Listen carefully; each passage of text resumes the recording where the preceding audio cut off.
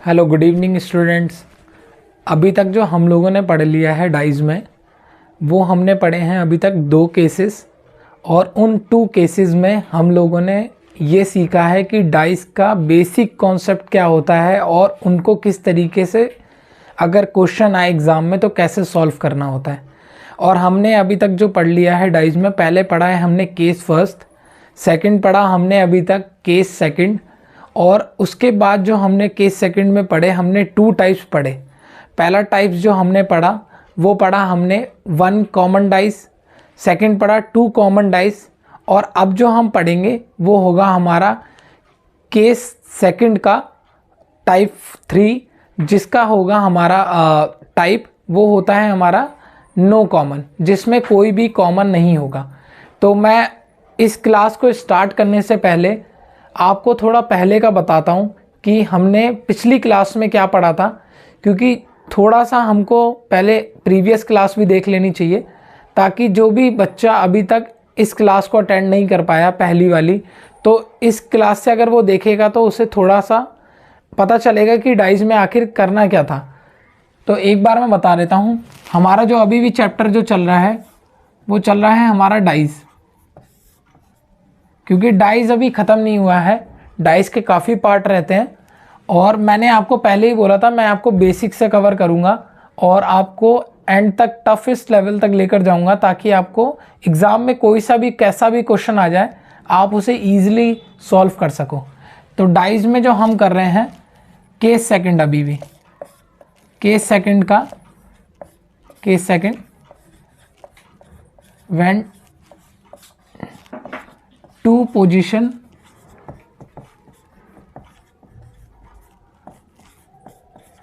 Are given, जब हमको 2 position दी गई हो। और हमने जो अभी तक पहले पढ़ लिया है वो हमने पढ़ा है पहले, हमारा था हमने 1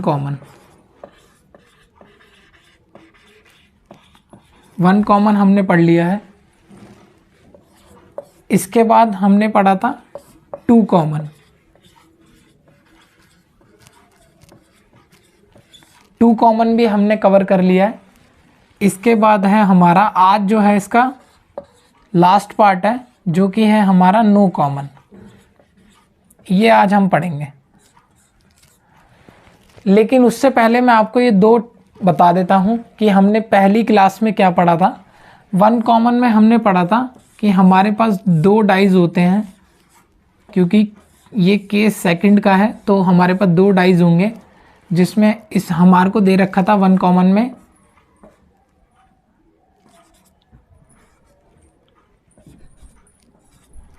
जिसमें हमारा था 1 कॉमन। देखो यहाँ पे 1 है, यहाँ पे 1 है, और इसको हमको कैसे सॉल्व करना था, रोटेशनली घुमाना था हमें।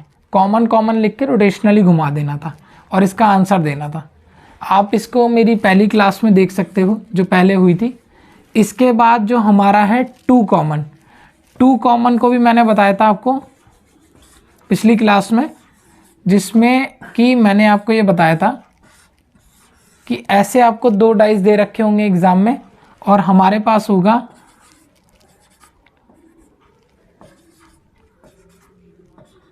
जिसमें हमको देखो यहाँ पे 2 कॉमन है, इधर भी 2 कॉमन है, और इसका जो आंसर हमको देना था कॉमन कॉमन निकाल कर, और बाकी इसका आंसर वो देना था जिसमें हमारा जो पोजीशन हाइड होती है वो। इसको भी आप मेरी पिछली क्लास में देख सकते हो, जो पिछली क्लासेस मैंने आपको पढ़ा रखी हैं।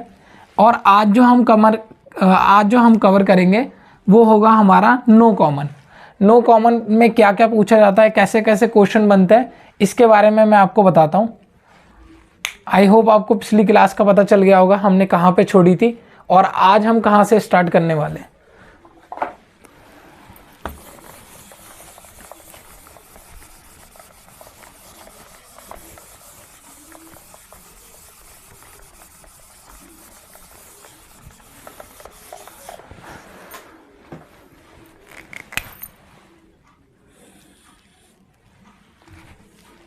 आज जो हमारी क्लास चलेगी वो होगी नो कॉमन से रिलेटेड। नो कॉमन अब नो कॉमन में कैसे कैसे क्वेश्चन आएंगे वो देखो। आपको मैं पहला क्वेश्चन बताता हूँ।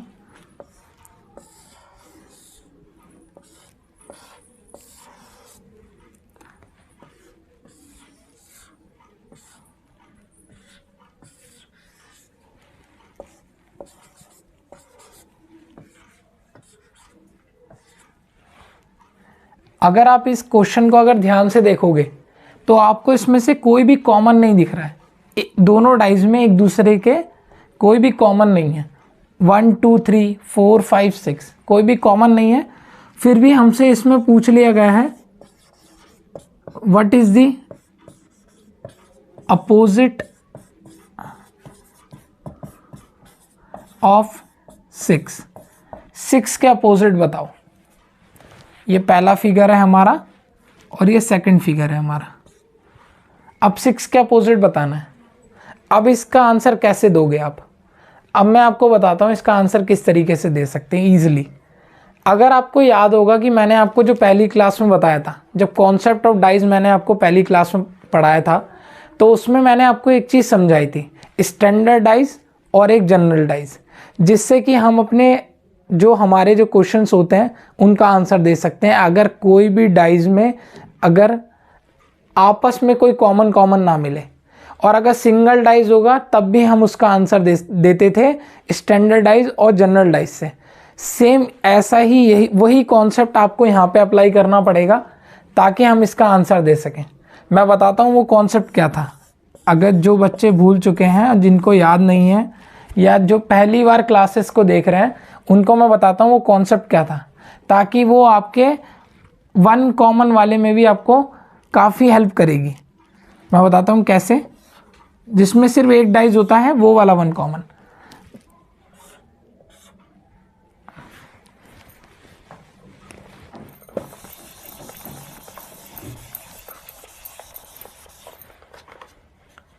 अब यहाँ पे ध्यान से देखिए, हमसे पूछा है अपोजिट ऑफ 6।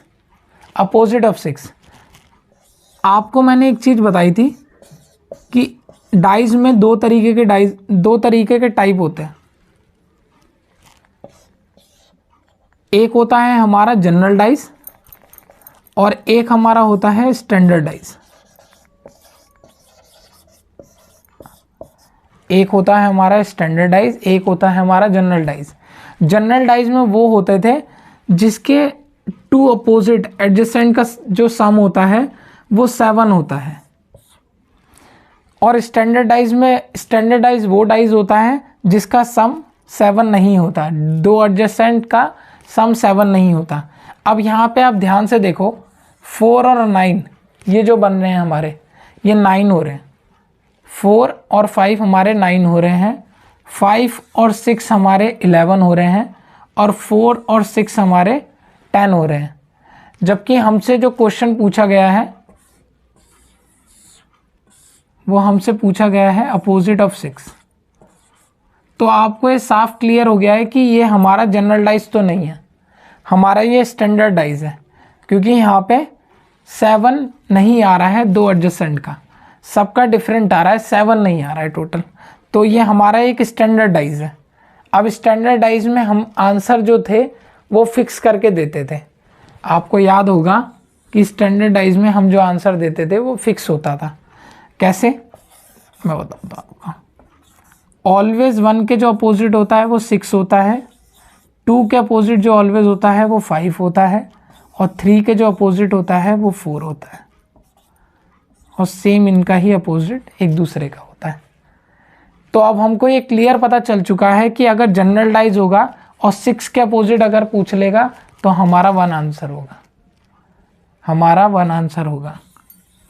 अगर यही हमसे पूछ लेता अपोजिट ऑफ 5 तो हमको पता है कि हमारा अपोजिट ऑफ 5 2 होगा।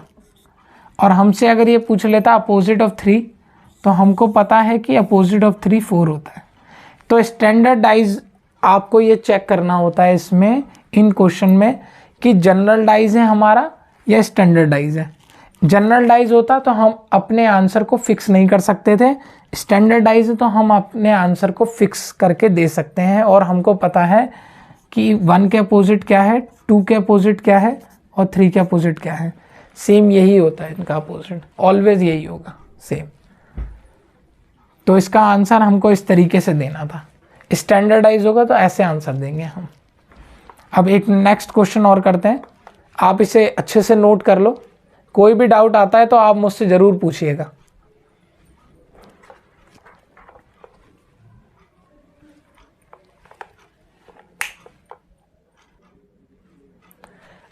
अब ये हमारा सेकंड क्वेश्चन है, नेक्स्ट क्वेश्चन है। अब इसमें ये 2 डाइस दे रखे हैं। अब डाइस को देखने से ही पता चल गया होगा कि ये स्टैंडर्ड डाइस है या जनरल डाइस है। और हमसे क्वेश्चन जो पूछा गया है, इसमें पूछा गया है what is the opposite of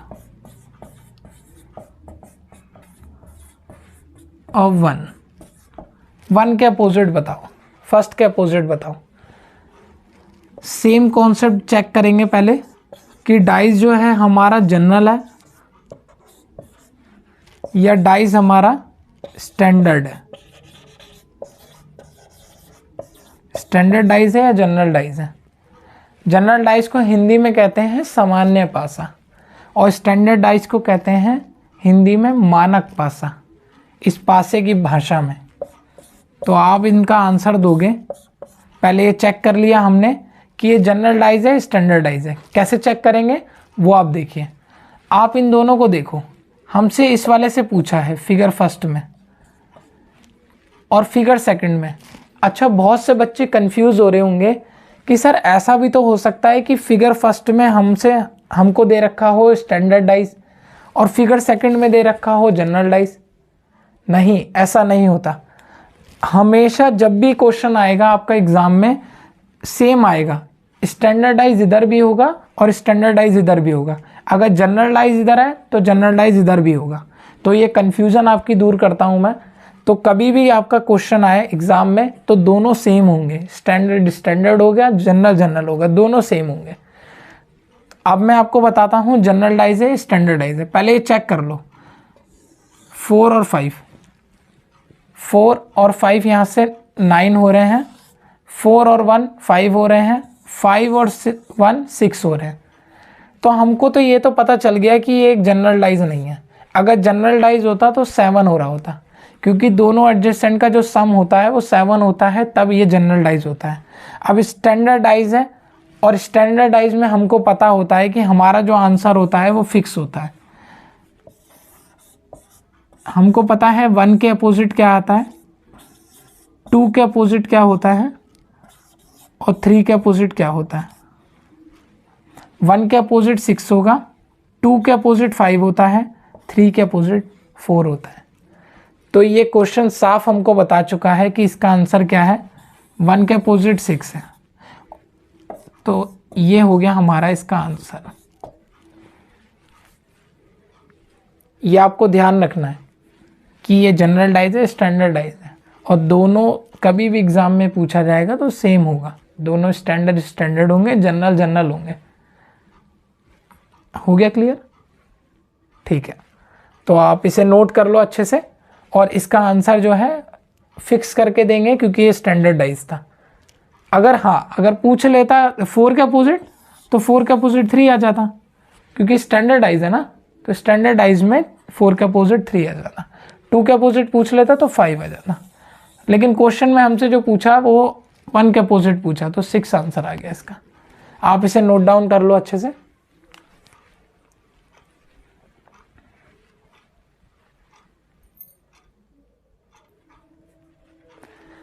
अब ये नेक्स्ट क्वेश्चन है हमारा, जिसमें 2 डाइस दे रखे हैं और नो कॉमन वाला है, जिसमें कोई भी कॉमन नहीं होगा आपस में।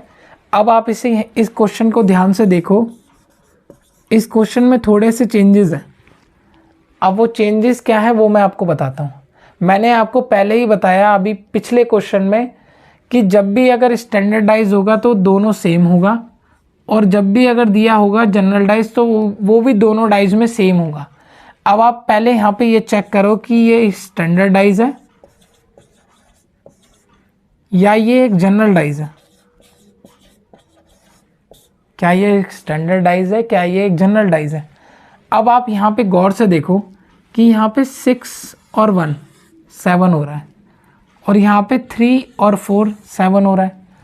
देखा, जब भी तो मैंने आपको पहले बताया था कि जब भी क्वेश्चन में दिया होगा डाइज में, दोनों डाइज तो सेम ही होगा। जनरल होगा एक में तो दूसरे में भी जनरल होगा, दूसरे में अगर स्टैंडर्ड होगा तो पहले में आपका स्टैंडर्ड होगा, दोनों सेम होगा। तो हमको ये क्लियर हो चुका है ये स्टैंडर्डाइज तो नहीं है।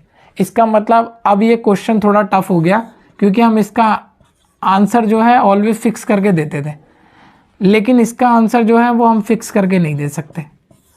अब इसका आंसर कैसे निकलेगा, तो अब मैं बताता हूँ आपको इसका आंसर किस तरीके से निकलेगा। लेकिन क्वेश्चन में हमसे क्या पूछा है पहले वो भी देखो।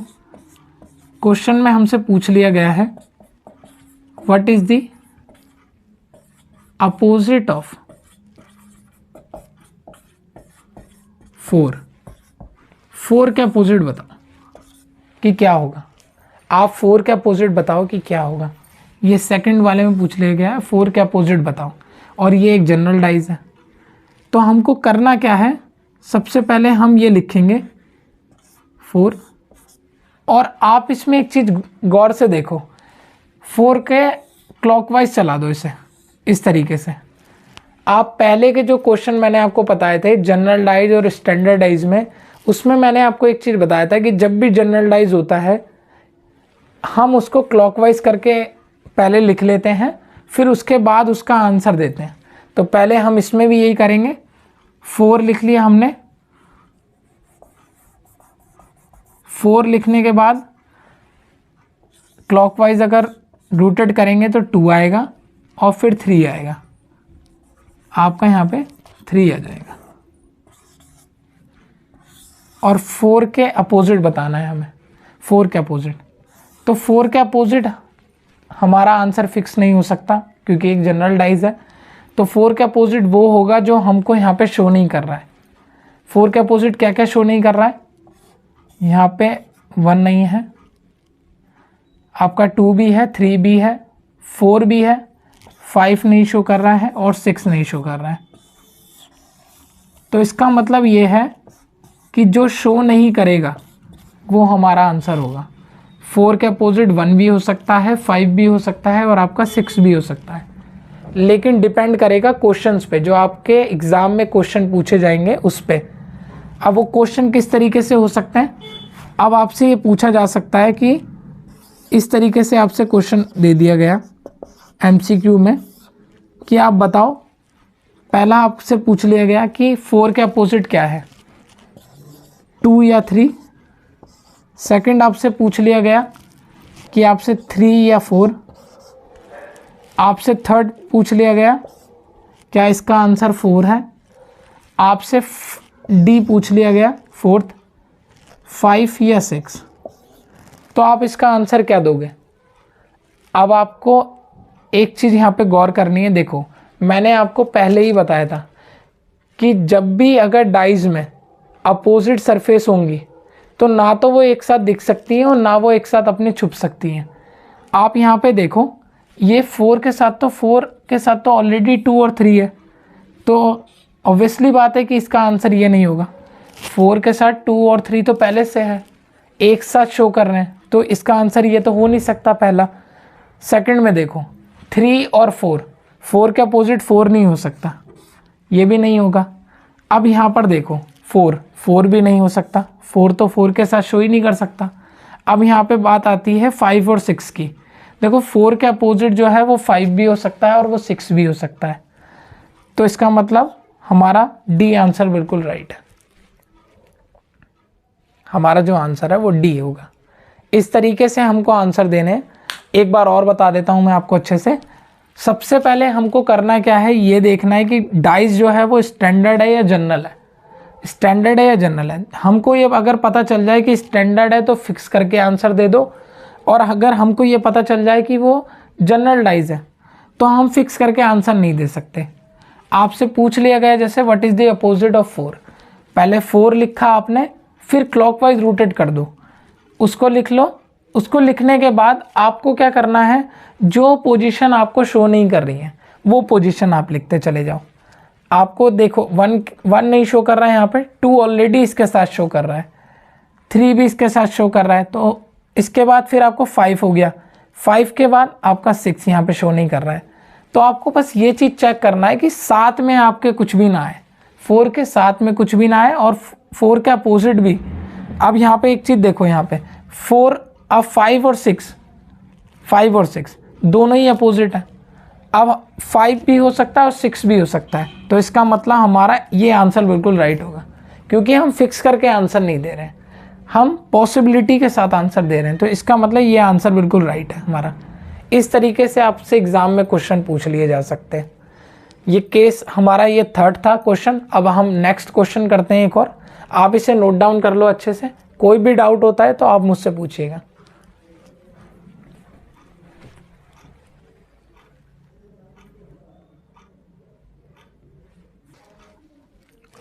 अब ये हमारा नेक्स्ट क्वेश्चन जो कि हमारा फोर्थ क्वेश्चन है, इसमें हमसे पूछा गया है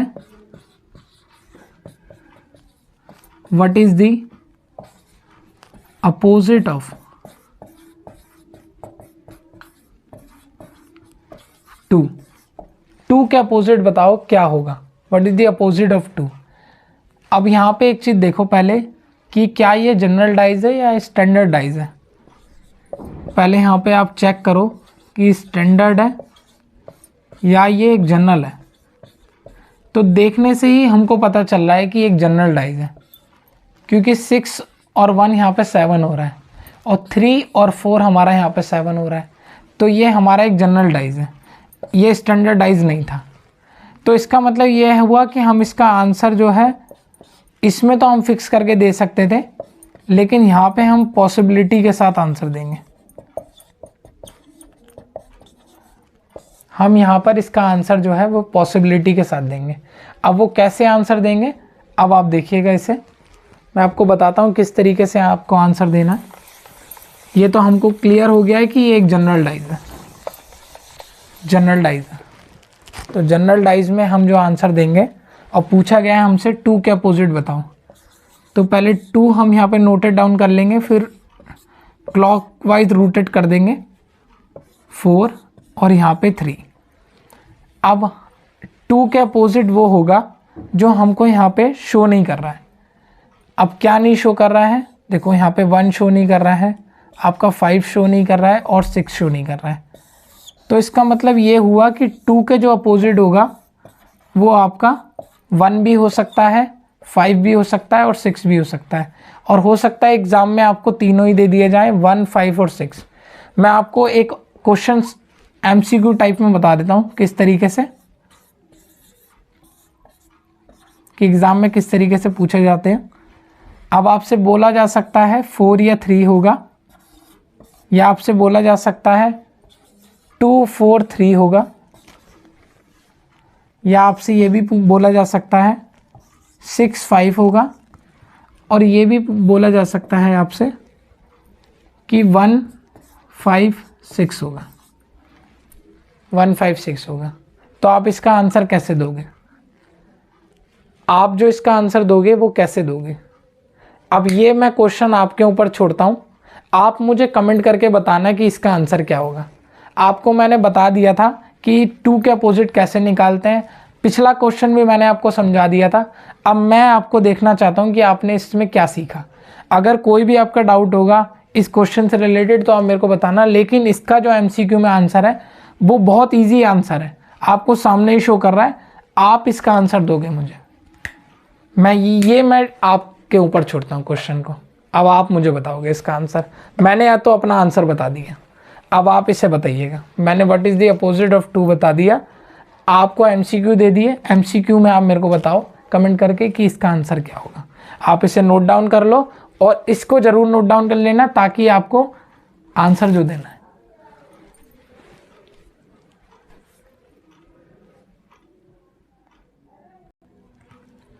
अब ये एक क्वेश्चन और है, और इस केस सेकंड का आपका लास्ट क्वेश्चन है, नो कॉमन वाला।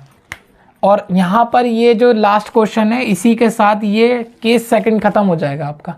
अब मैं आपको बताता हूँ क्वेश्चन क्या है आपका।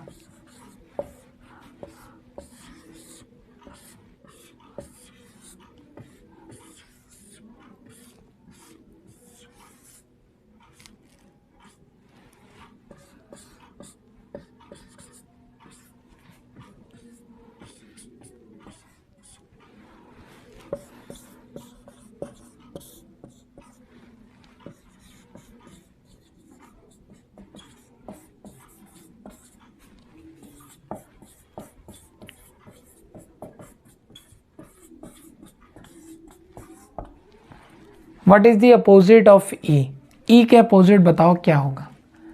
अब आप कह रहे होगे सर अभी तक जो हम पढ़ रहे थे वो तो न्यूमेरिकल में पढ़ रहे थे, अभी अल्फ़ाबेट में कहाँ से आ गया। तो मैंने आपको पहली जितनी भी क्लासेस दी उसमें मैंने आपको यह बार बार कहा था कि ज़रूरी नहीं है कि आपसे जो क्वेश्चन आएंगे वो न्यूमेरिकल में ही आएंगे, आपके अल्फ़ाबेटिकल में नहीं आएंगे। साइन में भी, सिंबल्स में भी आपसे क्वेश्चन पूछे जा सकते हैं एग्ज़ाम में। ऐसे काफ़ी एग्ज़ाम्स होते हैं जिसमें जब आप देने जाओगे तो वहाँ पे सिंबल्स में भी आएंगे और अल्फ़ाबेटिकल में भी पूछे जाएंगे। और आपसे कभी कभार कलर्स में भी पूछ लिए जाते हैं, वो भी मैंने आपको पिछली क्लासेस में बताया। आपको फिर भी मैं एक बार इसे बता देता हूँ, जो बच्चे नए हैं उनको मैं बताता हूँ किस तरीके से। देखो बिल्कुल सेम है, 6 पोजीशन हमको दे रखी हैं क्योंकि डाइज में 6 पोजीशन ही होती हैं। अब आप यहाँ से ईजिली इसे समझने के लिए एक काम करो, जिन बच्चों ने इजोटी नहीं पढ़ा है, इजोटी हम अगली क्लासेस में जब हमारा एक चैप्टर ख़त्म हो जाएगा तो हम एक नया चैप्टर स्टार्ट करेंगे, कोडिंग डिकोडिंग, उसमें मैं आपको बताऊंगा इजोटी क्या होता है। लेकिन फिर भी मैं आपको समझा देता हूँ कि आपको एक किस तरीके से पता चलेगा। आप इसे लिख लो वैसे अभी तो। ए के अपोजिट हमको पता है, ए 1 पे आता है, बी 2 पे आता है, सी 3 पर, डी 4 पर, ई 5 पर और 6 आपका एफ पर आता है। तो ये क्लियर हो चुका है कि ये जो न्यूमेरिकल अल्फ़ाबेट है ये न्यूमेरिकल में भी आपके इसी तरीके से शो करते हैं, 6 तक शो करते हैं। अब हमसे पूछा गया है इसमें what is the opposite of E, E के अपोजिट बताओ। तो देखो यहाँ पे क्लियर है, ई दे रखा है,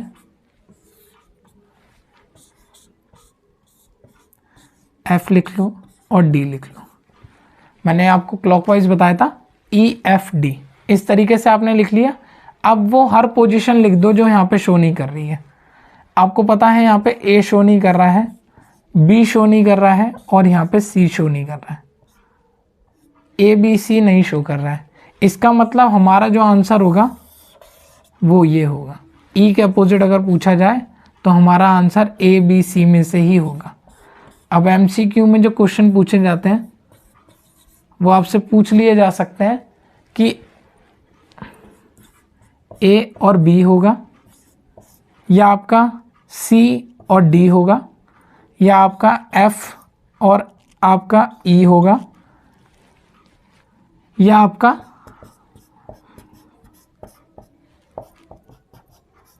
फोर्थ जो हमसे पूछ लिया जा सकता है वो आपका ए और ई होगा। अब आप इसका आंसर भी मेरे को कमेंट करके बताना। बहुत इजी आंसर है इसका। क्या कह रहे हो सर, पहली क्लास में भी आपने मेरे से हमसे पूछा था, तो मैं आपका चलो इसका आंसर बता देता हूँ और आपको इजी कर देता हूँ। देखो आप ही आंसर बताना, लेकिन थोड़ा इजी कर देता हूँ। आप देखो ई के अपोजिट बताना है हमको।